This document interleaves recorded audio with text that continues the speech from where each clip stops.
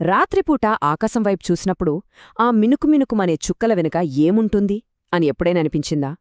సరే, ఈరోజు మనం ఆ ప్రశ్నకు సమాధానం వెతుకుతూ ఒక అద్భుతమైన ప్రయాణం చేద్దాం. మన ఇంటి పెరటి నుండి మొదలుపెట్టి విశ్వం అంచుల వరకు వెళ్దాం. ఇక స్టార్ట్ చేద్దామా?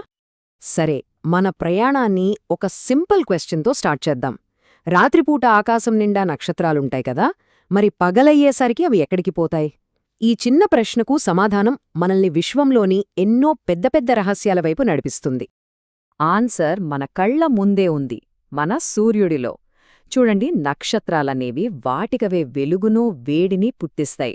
మన సూర్యుడు కూడా అలాంటి ఒక నక్షత్రమే, కాని మనకు చాలా దగ్గరగా ఉన్న ఒక పెద్ద నక్షత్రం. దాని కాంతి ఎంత పవర్ఫుల్ అంటే పగటిపూట ఆకాశంలో మిగతా కోట్ల నక్షత్రాల వెలుగును అది పూర్తిగా డామినేట్ చేసేస్తోంది. ఇప్పట్ల టెక్నాలజీ లేని కాలంలో మన పూర్వీకులకు రాత్రి ఆకాశమే క్యాలెండర్, మ్యాప్, ఇంకా చెప్పాలంటే ఒక కథల పుస్తకం కూడా. వాళ్లు చుక్కలను కలుపుతూ కథలను అల్లేవాళ్లు, దారులను కనుక్కునేవాళ్లు. అలా పుట్టినవే ఈ నక్షత్రరాసులు. అప్పట్లో మనవాళ్లు ఆకాశంలో ఒక పెద్ద కనెక్టెడ్ డాట్స్ గేమ్ ఆడేవాళ్లన్నమాట. వాళ్లు నక్షత్రాలను కలిపి వీరుల, జంతువుల ఆకారాలను ఊహించుకున్నారు. వీటిలో చాలా ఫేమస్ అయింది సప్తర్షిమండలం. ఈ 7 నక్షత్రాల సహాయంతోనే అప్పటి నావికులు ధ్రువనక్షత్రాన్ని కనిపెట్టి కారుచీకటి సముద్రంలో కూడా నార్త్ డైరెక్షన్ను ఈజీగా తెలుసుకునేవారు. సరే, ఇప్పుడు మన జర్నీలో కొంచెం దగ్గరికి వద్దాం. చాలా దూరమున్న నక్షత్రాల నుంచి మన సొంత ఇంటికి, అంటే మన సోలార్ సిస్టంకి వచ్చేద్దాం. సూర్యుడు రాజుగా, గ్రహాలు పరివారంగా ఉన్న ఈ అద్భుతమైన ఫ్యామిలీలోకి అడుగుపెడదాం. మన సోలార్ సిస్టంలో ఉన్న 8 గ్రహాల్ని ఆర్డర్లో గుర్తుపెట్టుకోవడానికి ఒక ఫన్నీ ఇంగ్లీష్ సెంటెన్స్ ఉంది. My very educated mother just served us noodles. ఇందులో ప్రతి వర్డ్ మొదటి అక్షరం ఒక గ్రహం పేరును సూచిస్తుంది.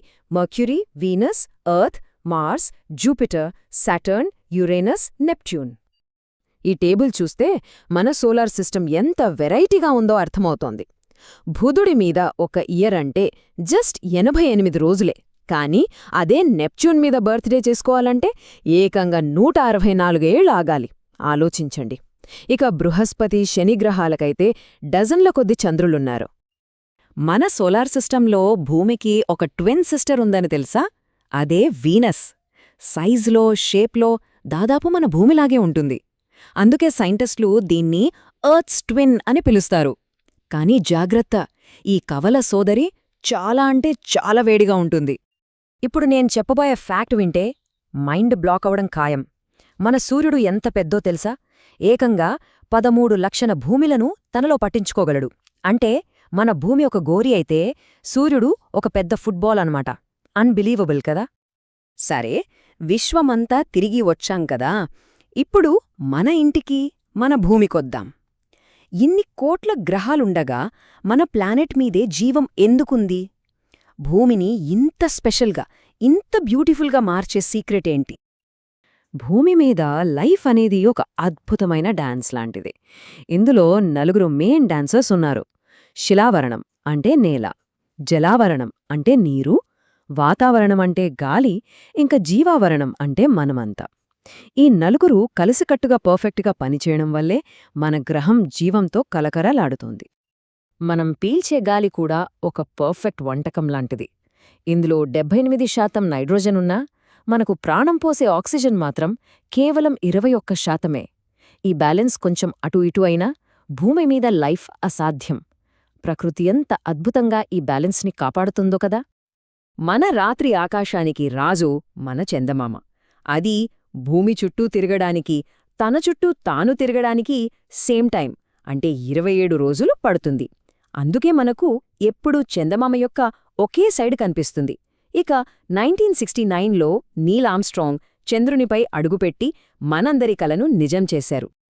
మన సోలార్ సిస్టమ్ అంటే కేవలం సూర్యుడు, గ్రహాలు మాత్రమే కాదు. ఇందులో చాలా ఇంట్రెస్టింగ్ గెస్ట్స్ కూడా ఉన్నారు. ఇప్పుడు మనం ఈ స్పేస్ ట్రావెలర్స్ గురించి, అంటే ఆస్ట్రాయిడ్స్, కామెట్స్, మెటియోరాయిడ్స్ గురించి తెలుసుకుందాం.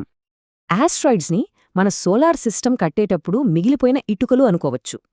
ఇవి మార్స్, జూపిటర్ గ్రహాల మధ్య ఒక పెద్ద నదిలా తిరుగుతూ ఉంటాయి. కొన్ని కోట్ల ఏళ్ల కిందట ఒక గ్రహంగా మారలేకపోయిన ఈ రాళ్ల గుంపు ఇప్పటికీ సూర్యుని చుట్టూ తిరుగుతూనే ఉంది.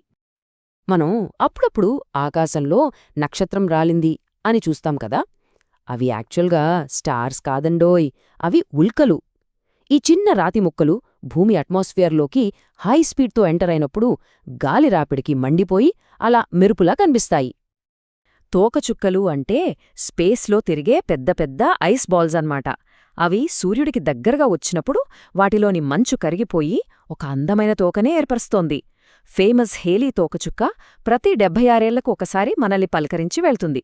చివరిసారిగా 1986లో వచ్చింది, మళ్ళీ 2061లో వస్తుంది. మీరు రెడీగా ఉన్నారా? ఇప్పుడుదాకా మనం మన సోలార్ సిస్టంలోనే ఉన్నాం.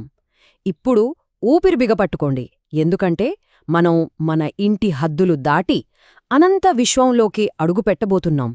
నక్షత్రాల సముద్రాలు, గ్యాలక్సీల దీవులతో నిండిన ఈ మహాసాగరంలోకి ప్రవేశిద్దాం.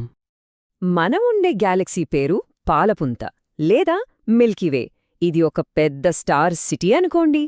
ఇందులో కొన్ని కోట్ల నక్షత్రాలున్నాయి. మన సూర్యుడు, మన సోలార్ సిస్టము ఈ సిటీలో ఒక చిన్న ఇసుక రేణు అంతే. ఈ నగరం ఎంత పెద్దదో ఊహించుకోవడానికే మన ఇమాజినేషన్ సరిపోదు. అంటే మన కాస్మిక్ అడ్రస్ ఏంటి? స్టెప్ బై స్టెప్ చూద్దాం. ఫస్ట్, మనం భూమి అనే ప్లానెట్ మీద ఉన్నాం. ఈ భూమి సోలార్ సిస్టంలో ఒక భాగం. మన సోలార్ సిస్టం మిల్కీవే గ్యాలక్సీలో ఒక భాగం. ఇంకా ఈ మిల్కీవే గ్యాలక్సీ విశ్వంలో ఉన్న లెక్కలేనన్ని గెలాక్సీలలో కేవలం ఒకటి. సో మనమొక గ్రహం మీద, ఒక నక్షత్రం చుట్టూ, ఒక గెలాక్సీలో, ఇలా లెక్కలేనన్ని గెలాక్సీలున్న ఈ విశ్వంలో ఒక చిన్న పాయింట్ మాత్రమే. ఈ మొత్తం ప్రయాణం తర్వాత మిగిలేది ఒకటే ప్రశ్న: ఈ అనంత విశ్వంలో మన స్థానం నిజంగా ఏమిటి? ఒక్కసారి ఆలోచించండి.